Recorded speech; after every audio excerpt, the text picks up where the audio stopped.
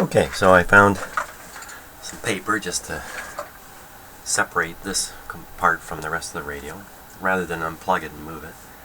And to operate the radio, I really need to bring the speaker out and get this cabinet out of my shop. So I'm going to remove the speaker from the cabinet. Before I did that, while I was waiting for my computer to start, I started fiddling around. Shame on me, because I started doing stuff that's not on camera.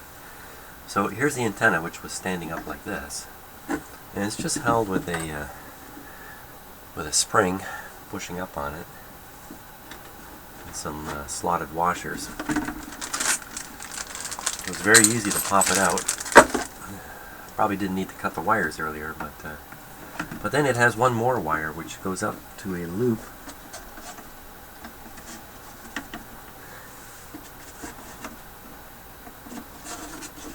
Comes around to here and comes to an end, and look, it's been, oh, it's terrible wire. Insulation's all cracking, but there's the end of it right there. So I suppose that's really where you want to extend a long wire antenna off of. I imagine that's what this is.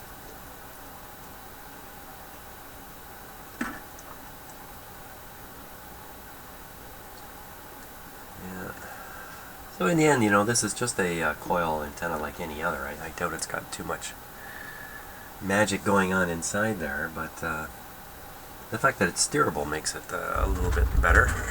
I'm sure many of you have played an AM radio, and as you rotate the whole radio, you can pick up stations better and worse. Well, there's next to nothing holding this wire on.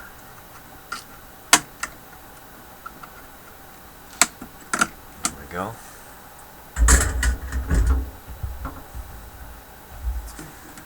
So there's the antenna. We'll be taking this. Oh, it's all riveted. How do you like that, eh? It's all riveted.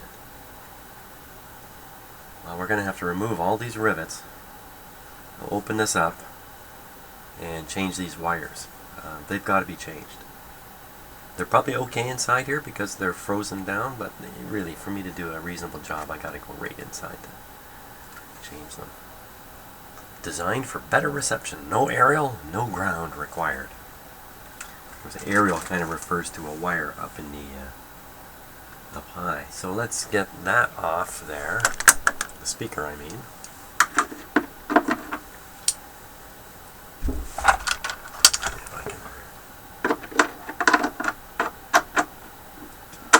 It's not quite the right size, but it's, oh, won't go on my tool. It's not quite the right size, but I won't be using it. How about this one? That's right on the money.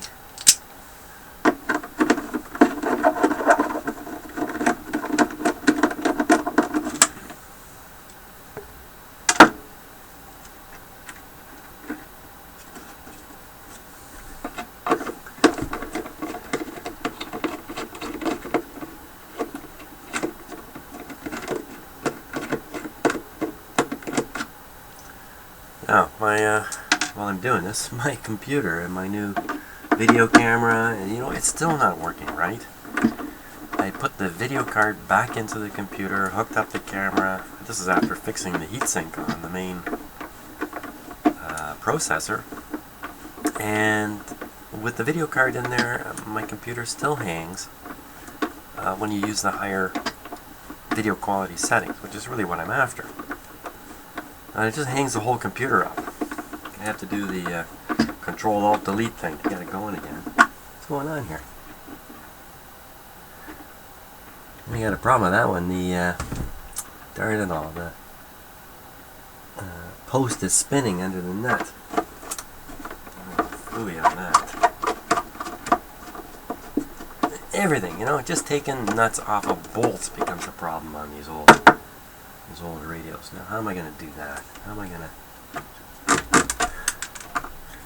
We'll try to put pressure on the...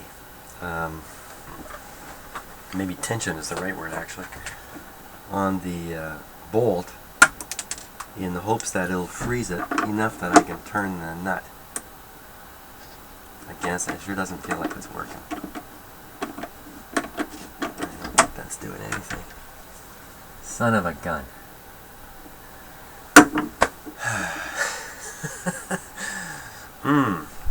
Here, let's give you a closer view of the pane here.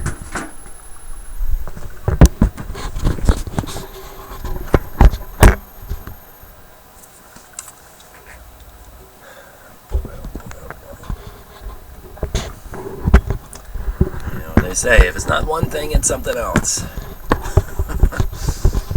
Yeah. Well, don't take on radio repair if you don't like fixing things. That's for sure. That would be a foolish move.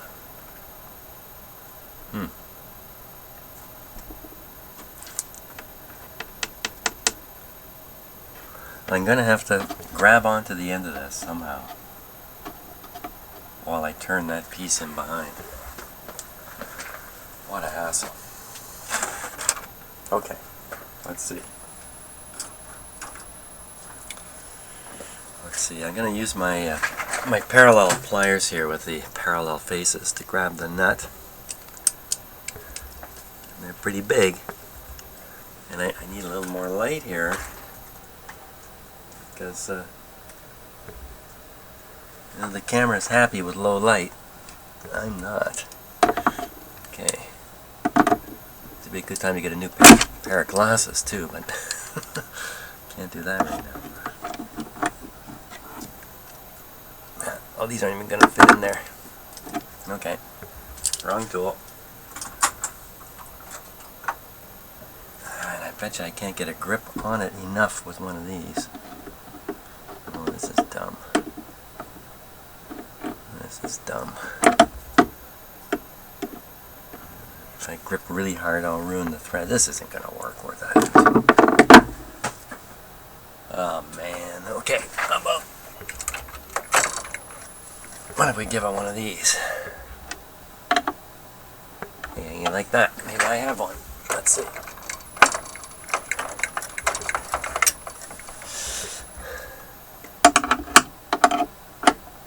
Okay, that's good. Now, I'll use these parallel. These parallel pliers are really great. If you ever see a chance to pick something up like this, pick them up. In the face of the jaws, there's a slot in one. Just in one. And that slot allows you to kind of grab shafts. Kind of see it there in the end, maybe.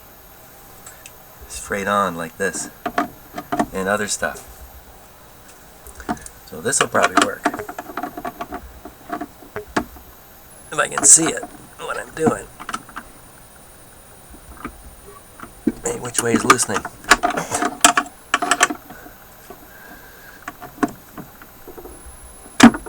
Oh, it didn't feel good.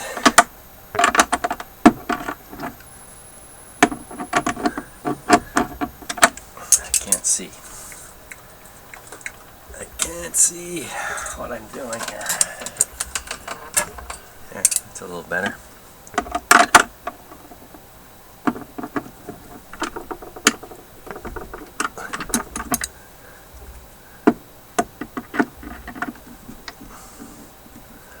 I hold back on the handle of the plier. Put my hand back to get more leverage. Okay, I don't know what's happening.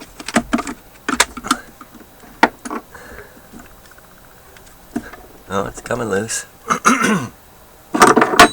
Probably it'll never...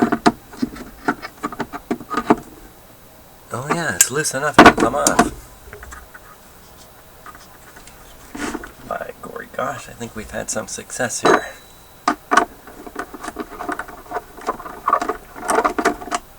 Yep. Oh! Always remember when you're taking out the last screw. Apparently I didn't, but no harm done. There's the speaker in very good shape. We're going to put him up there right now.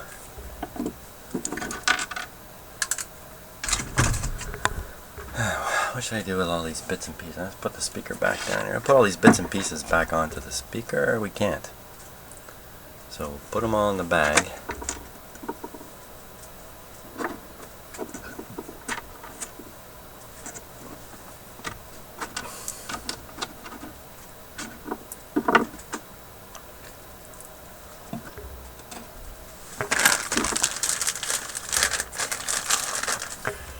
Some very little lock washers here that fell out. And everything that's going to fall has fallen, so I won't lose any parts now. That's good. So I set this over here, in fact.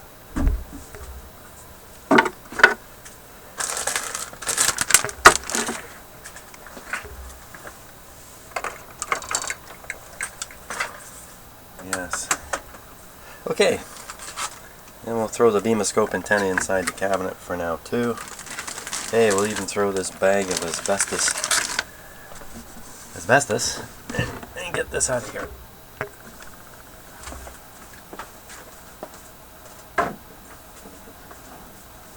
Oh, that cabinet's weighted very funny. It has a lot of wood on the face of it, so it's ready to tip forward very easily.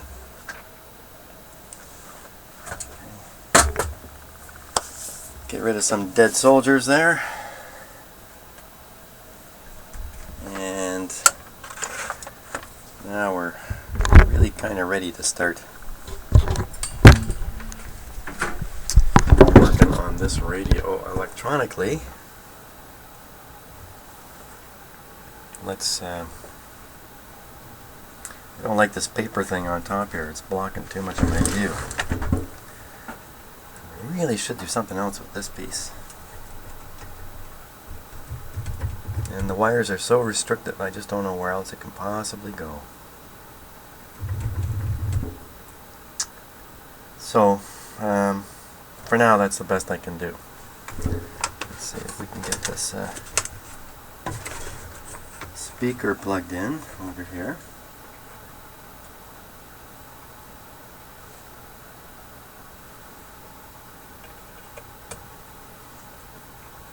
Okay, speaker's on.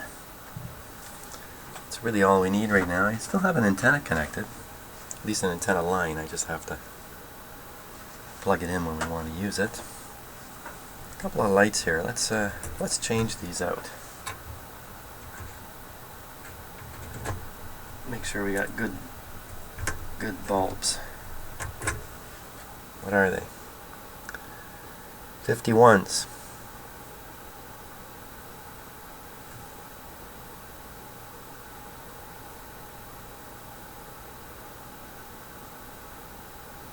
Mazda.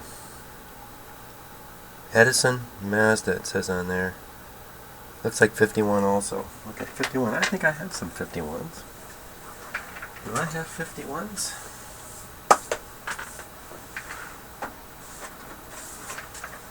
Bit of an unusual light bulb. I got 55s.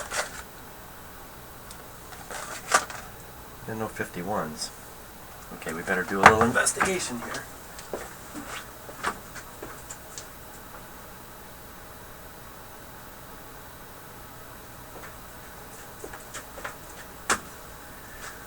I don't have any of the light bulb stuff memorized, and I get my little tablet here. We'll look it up quickly. So what I'm interested in knowing is the current and the voltage. The voltage I can easily read if I really want to know that way. The current's a different matter. I mean, you can read the current too, but it's a hassle to set up for that when you can go on the internet and just ask. So I'll put in bulb 51. That's usually enough. Miniature bulb would be a little bit better.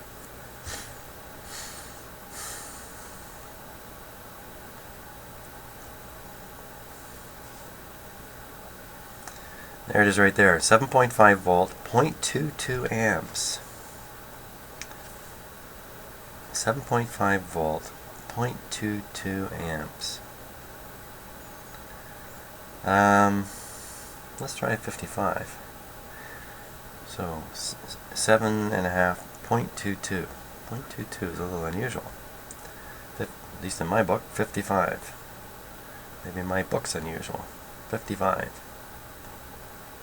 Search away for a little bulb 55.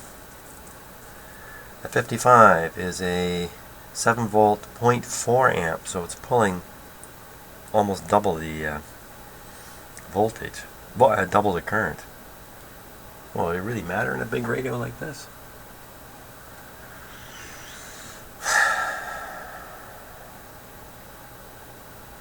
Let's try another bulb.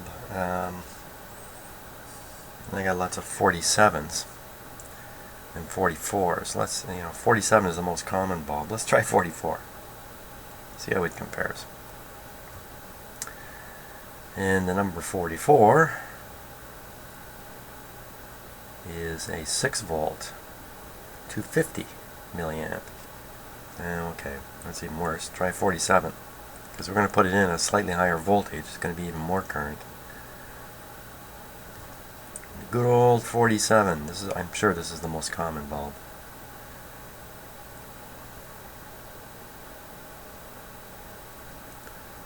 This doesn't have the current rating, but it says 1/4. There it is, 0.15 amp. So you know what? That's probably the best bulb to put in. We'll put in some 47s, all that nonsense, just to pick the most likely bulb. Now, I got some loose rolling around 47s. They keep coming across them. Every time I come across them, I think, oh, there they are. Oh, it's a 47.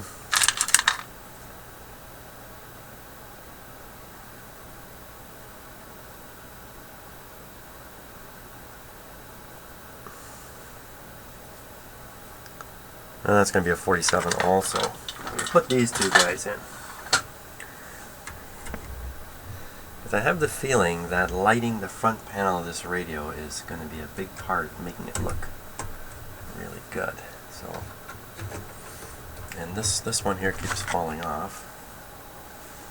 Tighten up the clamp on it a little bit. Okay.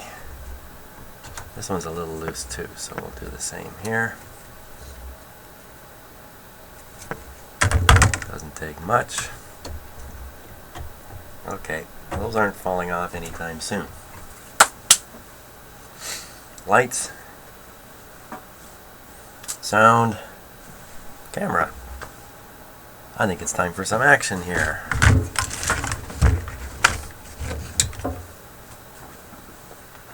I really haven't done anything since the last time we operated the radio.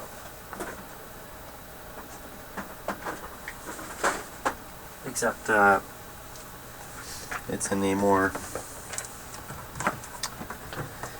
workable condition, I guess you could say.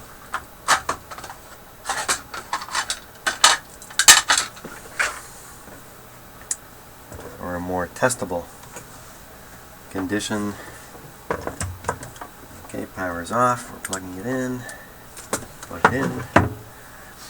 Antenna is disconnected. Volume control appears to be this one. This is probably the tone with the switch. That's the tuning. We got an inside-outside knob here. What was that all about? Inside-outside knob.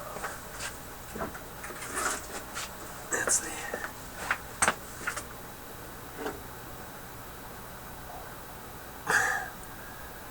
Well, all it says is range on the radio. As if there's only one knob there.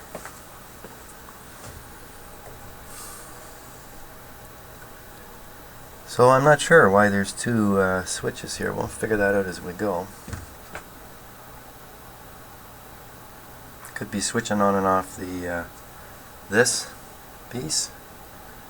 Oh, there we are. Could be switching on and off this. Could be switching in and out the antenna. I don't know. Who knows? We'll figure it out. We're all set for a go, though. Okay, switching on with one light bulb restricting the current. The radio switch itself is off, so it's drawing nothing.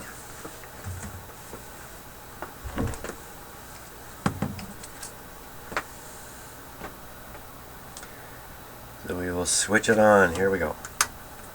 There we are. So two lights. You know, the voltage is low right now, so it's not fair, but they're not terribly bright, are they? The other ones are probably a little brighter.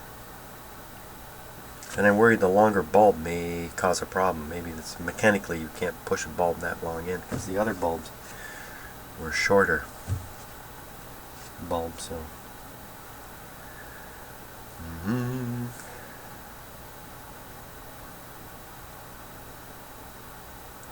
now, because we're on current restriction, it takes a little while longer for the radio to warm up. There's another unusual tuning feature right there. To me, it looks like some kind of... It must be, yeah, very different looking.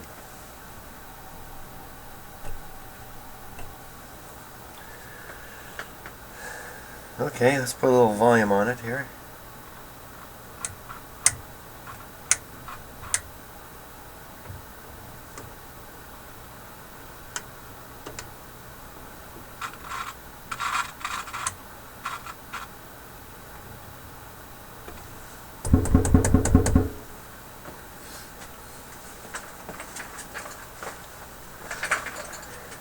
Interestingly enough, the magic eye is partially glowing here. So let's give it full volume, full voltage. Magic eye is still weak. I wonder what that's telling us about the, maybe it's telling us a low B+.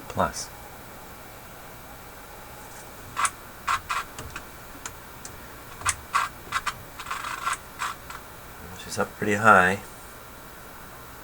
Let's fiddle with some of these controls. Let's see what happens. This might cause a little bit of noise here, so I'm going to turn it down.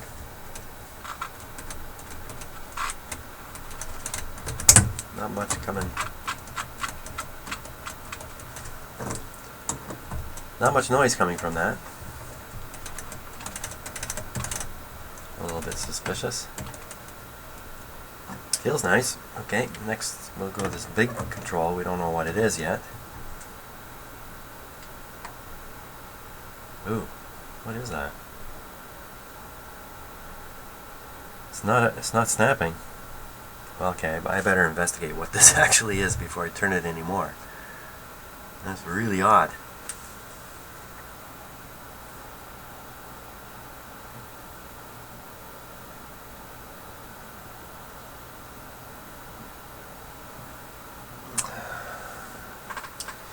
But ain't no radio sounds coming through here.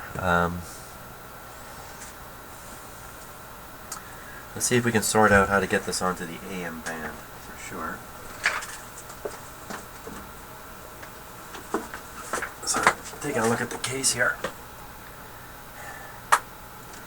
No help there. All it says is range. There's no indication. So, well, how can you use... Oh, I know what it was. This thing had these knobs. The knobs... Let me get the knobs here.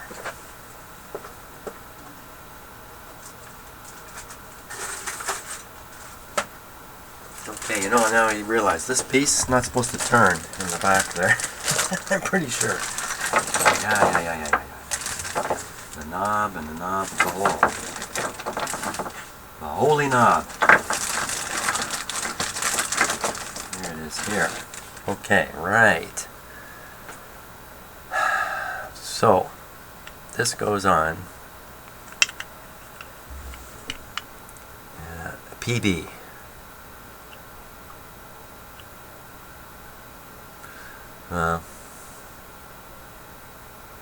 I think that's probably turning on this input here, which it says right on it is for your phono or your television.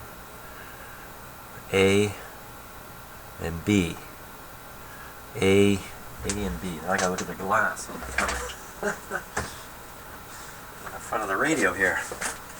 Let's get all this stuff together. It says dumping everything. Okay, we'll learn this once and for all. So, PB, then A is AM. B is 2.5 to 7. So it's a large swath of short wave. Interesting. They show an aircraft band down here around 3 megahertz. Isn't that interesting? There's no aircraft down there today. So that's what B is. So A is AM. B is kind of running above AM up to 7.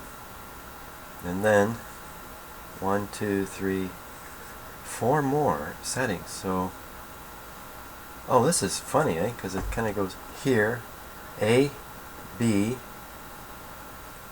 and the next one is 31 down to here.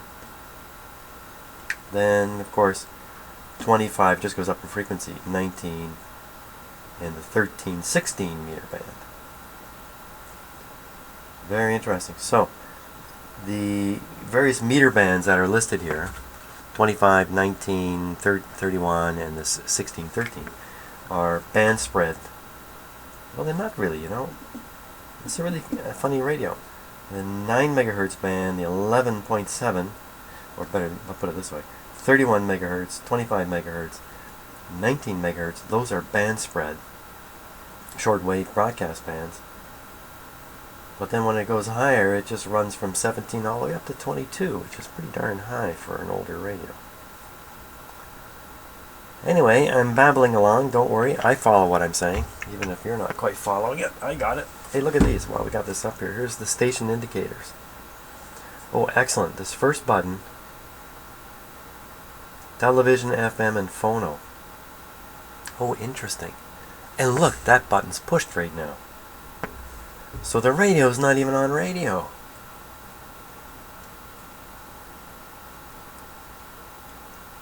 Excellent. I can flip that button and maybe the whole thing's going to come to life. Oh, I'm glad I looked at this. And then it's got some Canadian stations. CJKL, never heard of that. CKRN. I think I've heard of that. CKRN. CKSO. You know, I don't know where these are. They're not from around here. WABC, which is downtown New York City. I think that's 770. And WCAU. Never heard of that. WCAU. I'll have to type these in the internet later and try to figure out what's going on. I guess maybe at the time you're buying the radio, these get put in according to your location and maybe your desire. Or maybe it came with a set of tags, you put in the ones you want. I don't know how that's done. I don't think it came right from the factory with these. Because, you know, this would really, I mean, 1, 2, 3, 4, you got 5 presets. You want your 5 presets in there. You wouldn't want... And also, it's quite clear, these presets are only for AM radio, AM broadcast. Great, okay. Fantastic. Let's push that button.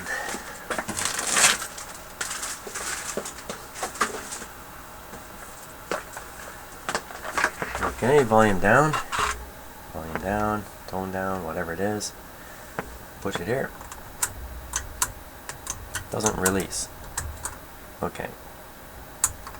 It's released now.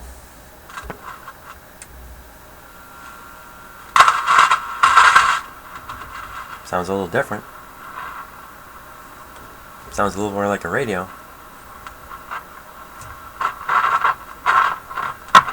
Oh yeah. Good stuff. Clicks and pops. Hey, that's a lot better than what we had a moment ago. Too many clicks and pops. Too many. Okay, something's a little loose. Let's make sure. So what would this be? PB. Police band. Police band. PB. I didn't see any police band on that radio.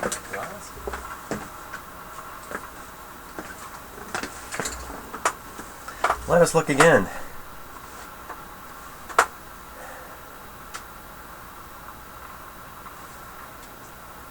Well, that's interesting. PB. PB. Public broadcast. Push button. PB. Push button. That's what that is. Okay, so now I got it. So you want to run the push buttons. You turn this to push button. Let's go there. That's push button. One step back, AM band. So we're on the AM band. Let us plug in the antenna here. And, ooh, some dirty controls.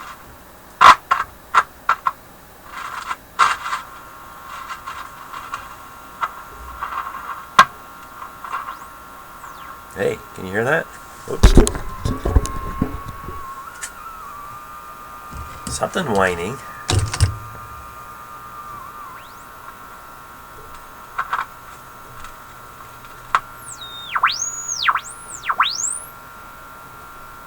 I don't know what that was. Nice and clear. Not supposed to hear things like that, though. Well,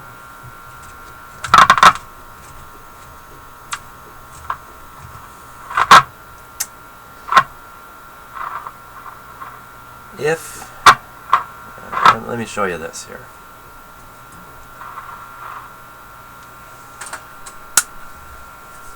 Okay, so take a look at the magic eye. It's coming through pretty good on the camera. So you see that it's actually closed, even though it's not glowing like that. The whole thing isn't glowing like it's supposed to, but at least the key part is. And it looks closed to me. It would be closed when the AVC voltage is high. So that means, if that's true, the AVC voltage is high, the radio is fooled right now. It's fooling itself into thinking it's picking up a strong signal. And it's applied AVC to the front end tubes and turned down the sensitivity. So, wow. Something definitely not too good here. I'll have to hunt down exactly what that is. It's making all that noise. But for now, I'm going to tune it and just keep your eye on this gap, and you should see when the radio makes static sounds, you'll see the gap pop open briefly.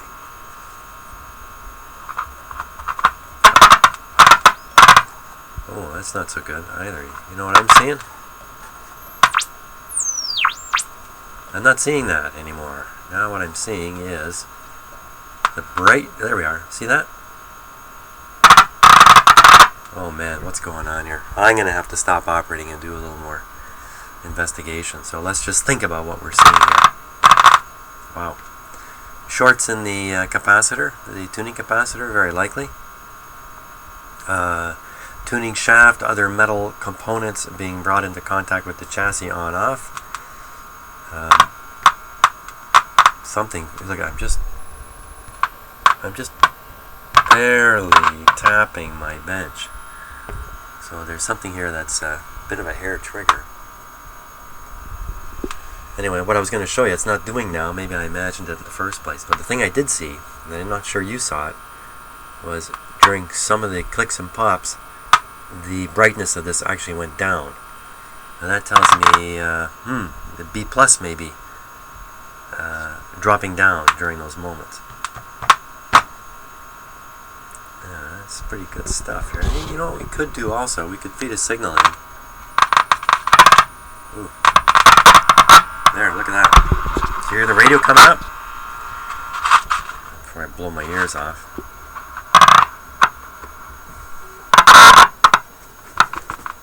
Wow. I think I gotta do all the contact cleaning and all that kind of stuff next. So we'll shut her off. We'll go through that stage. I think it's highly desirable. And following that, we might have a quieter radio that works more reliably.